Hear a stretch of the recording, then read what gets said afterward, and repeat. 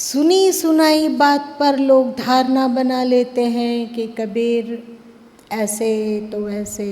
जैसे बहुत सारे लोगों की धारणा है, बहुत सारे लोगों को लगता है कि सद्गुरु कबीर साहब एक सूफी संत है, इसका प्रचार प्रसार करने में साहित्यकार लोग कोई कोर कसर बाकी नहीं रहने दिए। आप लोगों ने क्या साहित्यकारों का कबीर पर कोई थीसिस पढ़ा है? वाह, जो भी हो, तो साहित्यकार उनको सूफी संत घोषित करने के लिए एड़ी चोटी एक कर देते हैं। और कबीर का एक ईश्वरवाद इस्लाम से प्रभावित, इसे साबित करने के लिए लोग साहित्यकार लोग एड़ी चोटी एक कर देते हैं। अब कुछ ऐसे भी लेखक चाहिए जो कबीर को सूफी संत नहीं प्रत्युत वैष्णव संत घोषित कर सके, क्योंकि सद्गुरु कबीर साहब की वाणी में स्पष्ट है कि मेरे संगी दुई जना, एक वैष्णव एक राम। वे कहाँ किसी सूफी की बात करते हैं? किस चश्मा से साहित्यकार देखते हैं कबीर की वाणियों में सूफी परंपरा? वो हमें समझ में नहीं आता है, नहीं समझ में आता है कि क्यों पीछे पड़े रहते कि कबीर मतलब सूफी संत से प्रभावित। ऐसा नहीं होता है। चाहे कबीर इस्लाम से प्रभावित, क्या एकेश्वरवाद भारत में नहीं है? आप देख लो, इस्लाम का एकेश्वरवाद और हम लोग सनातन धर्म के एकेश्वरवाद में क्या अंतर है?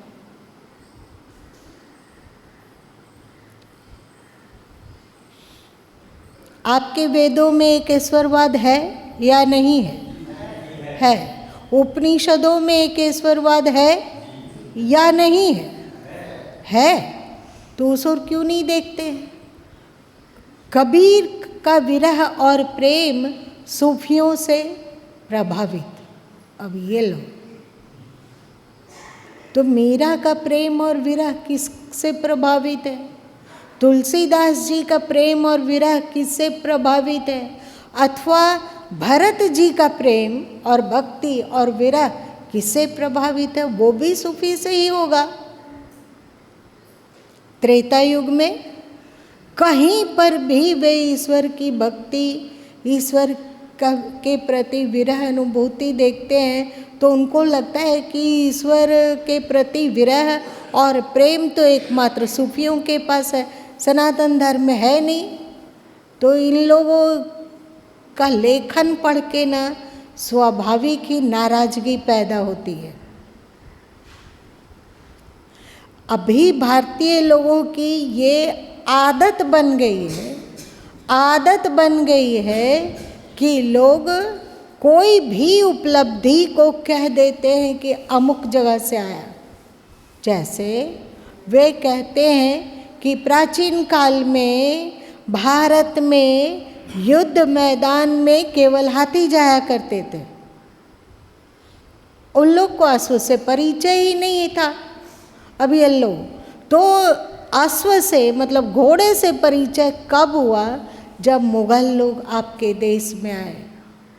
इन पगलों को कौन समझाए कि यदि मुगल लोग यहाँ पे घोड़ों का प्रचार किए तो सूर्य के रथ में जो 7 घोड़े हैं वो भी मुगल लोग ही सूर्य को दे दिए होंगे दान में। घोड़े को, सूर्य को घोड़े वही अरबियन लोग ला के दे दिए होंगे।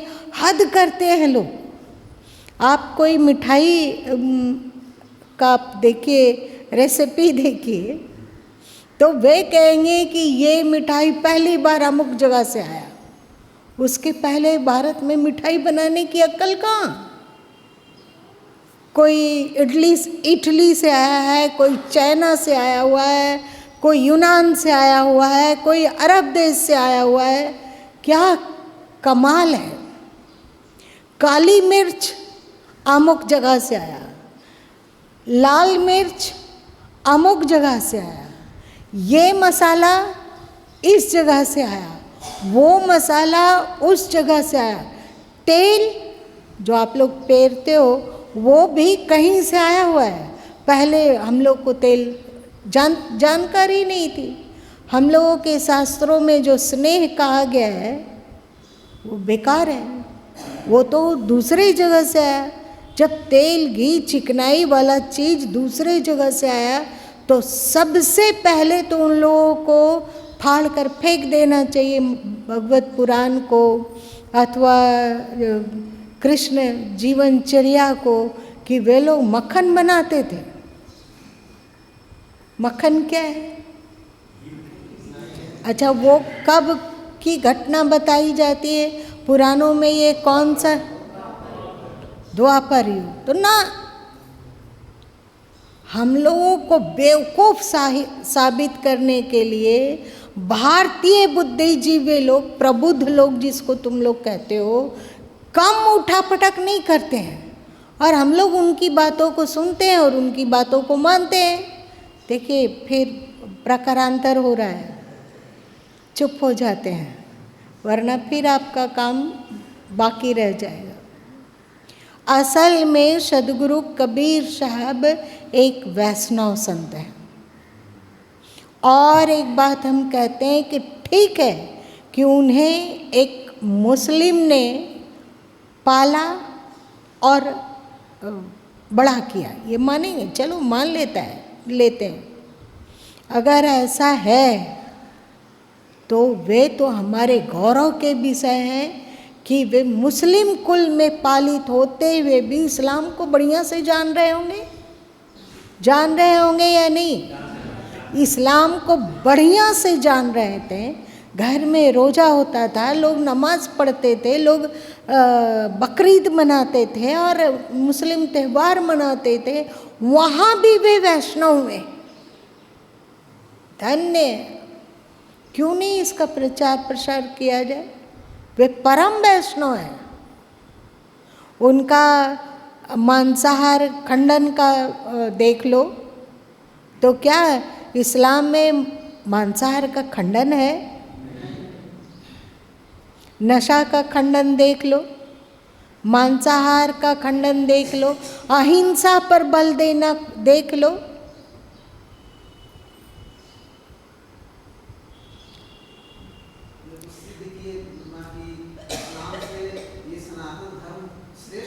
बहुत अधिक श्रेष्ठ है। उसको जानते हुए देख लिए और उन्हें लगा कि तभी उन्होंने कहा ताते हिंदू रहिए। और क्या बताया जाएगा?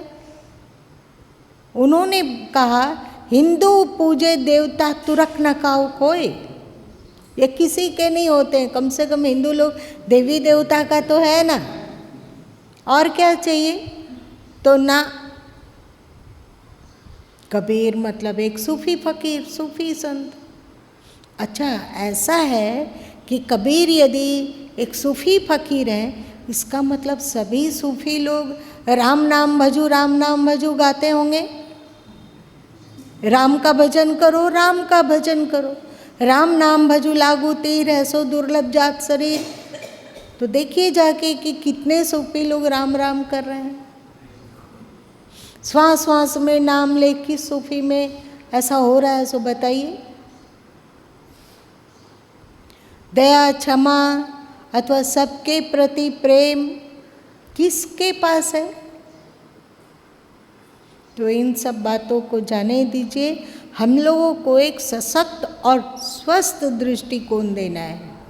जब ईश्वर ने हम लोगों को इस पंथ में लाया, ठीक है कि हम लोग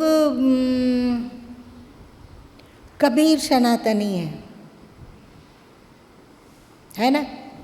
कबीर की वानियों में वेदों का सार निचोड़ स्पष्ट झलकता है। कबीर की साखियों में उपनिषदें बोलती है। कबीर की वानियों में वेदांत मुखर होकर गूंजता है। कबीर की वाणियों में वेद और उपनिषदों का एकेश्वरवाद दुदुमदी पिटता है। फिर भी यदि हम उन्हें नहीं देख पा रहे हैं तो ये हम लोग का है कि सही तरीके से हम लोग प्रचार प्रसार नहीं कर पा रहे हैं। सही कमी हम लोगों में है। साहित्यकार ठीक है कि उनकी पहुंच अधिक लोगों तक है, हम लोगों की पहुंच उतने लोगों तक नहीं हो सकती है। हम लोग एक सामान्य इंसान हैं, लेकिन भैया कोशिश तो करेंगे, है ना। गीता जी का कार्य होगा कि वो इस तरह के चीज़ों को संग्रहित करके लिखे, और हम लोगों का कार्य होगा कि उसका प्रचार प्रसार करें। विभाग बांट लेते हैं, और आप लोगों में भी कोई लिख सको तो अति उत्तम। आप बताइए कि अभी आप फ़ोन करते हो कि हमें कोई मान लिया जाए कि हमारा भोजन दोपहर का मील भेज दो, तो एक होता है जो कि उसको लाके आपको तक पहुंचाता है, उसका वो पैसा लेता है ना। तो अब बताइए कि जहाँ भोजन बना, जो भोजन की व्यवस्था किया, होटल बनाया अथवा इन सब को रखा, ये ज़्यादा भार वहन कर रहा है या जो पहुंचा रहा है वो ज़्यादा भार वहन कर रहा है?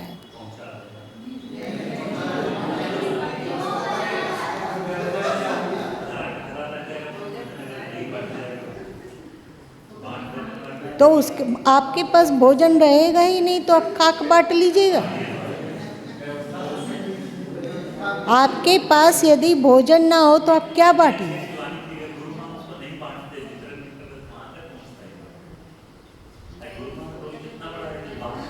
तो वो तो बांटने वाला काम किए, लेकिन उपज कहाँ से रहा है? इसकी व्यवस्था कौन कर रहा है? इसको मतलब इसे पुस्तक के रूप में कौन ढाल रहा है? नहीं, ये बात नहीं है। वो क्योंकि उनके पास होटल है, ढाबा है, जो भी वे जो सारा अरेंज कर रहे हैं कि हमें ये चीज़ बनाना है, ये चीज़ बनाना है, ये चीज़ बनाना है, और उसे वितरण करने वाले, जो ऑर्डर आया उसका वितरण करने वाले बहुत सारे लोग हैं। तो ज़्यादा परिश्रम, ज़्यादा पूंजी का इन्वेस्ट, रात दिन देख रेख करके सब करना अथवा भोजन बनवाना, वो ज़्यादा कीमती है। इसीलिए हम लोग सरल हैं, हम लोग काम ये कर लेंगे, कर सकते हैं ना। जिनको अभी रुचि होती हो आप उनको एक सेट दीजिए। 10 लोग को देना पड़ता हो तो 10 लोग को दीजिए, 20 लोग को देना पड़ता हो तो 20 लोग को। अभी जो पढ़ना चाहते हो उसको व्यक्तिगत दीजिए, जिससे कि वो अपने घर ले जा सके और उसको अच्छा से स्वाध्याय करने का उसको अवसर मिले। जाति का सच अनिवार्य रूप से दिया गया है, क्योंकि इसके द्वारा लोगों को, देखिएगा एक बात आप याद रखिएगा कि भले लोग ना बोले कि हमने जाति के सच से ये जाना, लेकिन धीरे धीरे ये बात लोग बोलने लग जाएंगे। आपके आस पास अड़ोस पड़ोस में भी सुनाई पड़ेगा कि बेकार लोग मनुस्मृति पर आक्षेप लगाते हैं। अरे वो तो प्रेक्षक, क्या उसको कहते हैं, छेपक है, वो तो छेपक है। इसको बहुत सारे लोग बोलने लग जाएंगे। तो नाम कमाने की भूख यहाँ किसको है कि हमने लिखा, हमने इस बात को प्रचारित किया। हाँ, ये लोग इतिहास लिखते हो, जीवनी लिखते हो, तो उसमें इसको टाका जा सकता है ना, इसको टाका जा सकता है, लेकिन इसकी भूख नहीं हो। लोग इस बात को जाने कि जैसा हम लोग जाति समझते हैं वैसा जाति है नहीं, है कि नहीं। तो इसीलिए बांटिए। आप 200 किलोमीटर का टारगेट कीजिए पहले और 200 किलोमीटर तक बांट लीजिए। अगर लगा कि हमें ये ज़्यादा होता जा रहा है तो अगले फेज में करेंगे, और ईश्वर यदि कृपा करेंगे तो हम कुछ हो सकता है 2 महीना 4 महीना में फिर से अगला ट्रिप कर सकेंगे। 20 अप्रैल में एक बार मर के फिर से जन्म लिया जा सकता है, बहुत समय है। जाति का सच में देखे, जाति का विधान, और सदगुरु कबीर साहब की बानी में देखे सामाजिक समरसता का विधान। आप कहोगे कि अरे ये तो दोनों एक है ना। इस बात को खोला नहीं गया, इस बात को लोगों ने, साहित्यकारों ने छुपाया। उनको ऐसो सामाजिक समानता का प्रचारक बताया, लेकिन ये सामाजिक समानता हमारे पूर्वजों के पास पहले से चली आ रही है, इसको लोगों ने नहीं बताया। गुरु माँ उस समय सोचे थे कि 11-12 प्लस कॉलेज, गुरु माँ ऐसा सोचे थे पहले। हाँ अच्छा है, तुम लोग केवल समयदानी लोग का नाम लिखो ना, जो 2 दिन समय दे सकता हूँ। एक बात हमेशा दिमाग में खोस के रखो कि ये मत बोलना कि हमारे पास समय नहीं रहता है। मेरी बात सुनो सब कोई कान खोलकर, ये मत कहना कभी कोई कि हम समय नहीं है, ये है वो है। जैसे अभी कहीं दोस्त का विवाह हो तो हम लोग उड़ के चले जाते हैं और 2 दिन 3 दिन आराम से एंजॉय करके आते हैं। लेकिन ऐसे लोग को देना होगा जो कि उसको बोल सके, समझा सके। मेरी बात समझ रहे हो? मतलब सभी को ही समझा सकते हैं। प्रशिक्षण यदि मिले तो भाई बहन कोई भी कर सकता है ना। प्रशिक्षण की बात बहुत अच्छी है। तो आप लोग कल रख लीजिए, कल अधिक से अधिक लोग यहाँ उपस्थित रहेंगे, ठीक है? हाँ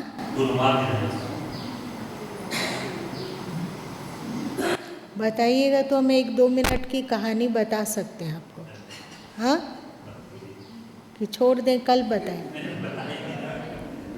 ऐसा हुआ कि एक बार कुत्तों में मुखिया का चुनाव हुआ, तो कुत्ता उसमें तेज तर्रार था, बुद्धिमान था। तो वो ऐसा हुआ कि उसे मुखिया चुना गया, क्योंकि उतना तेज और बुद्धिमान कोई नहीं था।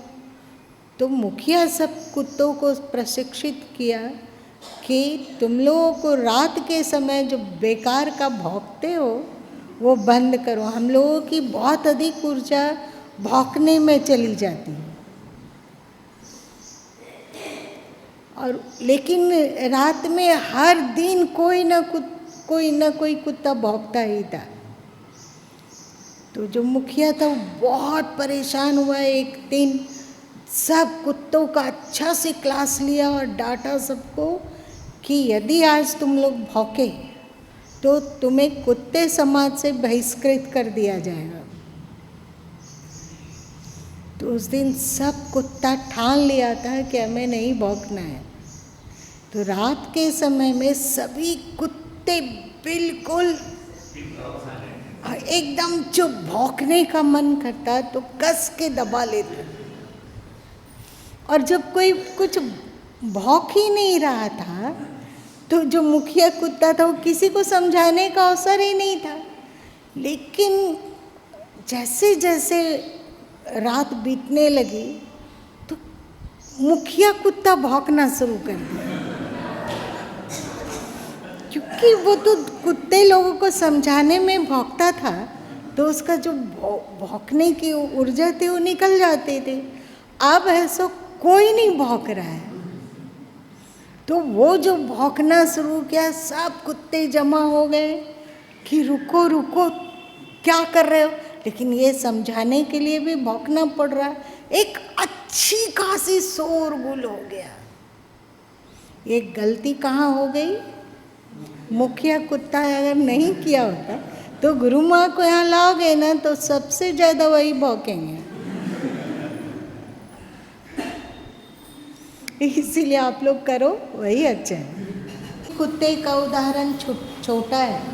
याद करो सदगुरु कबीर साहब ने कहा है ना कि कबीर कुत्ता राम का।